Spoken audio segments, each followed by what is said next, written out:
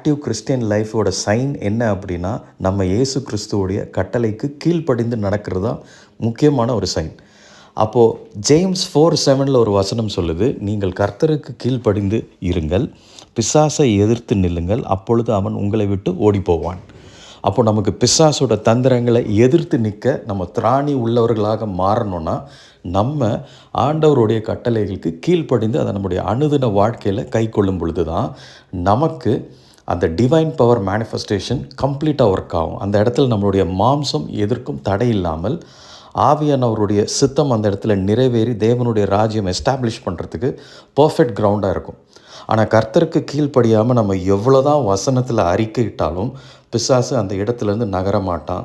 தோல்வி நமக்கு நிச்சயமாக வரும். அதனால் கர்த்தருக்கு கீழ்ப்படிந்து அவருடைய வார்த்தையின் நடந்து அந்த வார்த்தையில் இருக்கிற அத்தாரிட்டியை நம்ம கிளைம் பண்ணி பேசும் பொழுது எல்லா தடைகளும் உடைத்து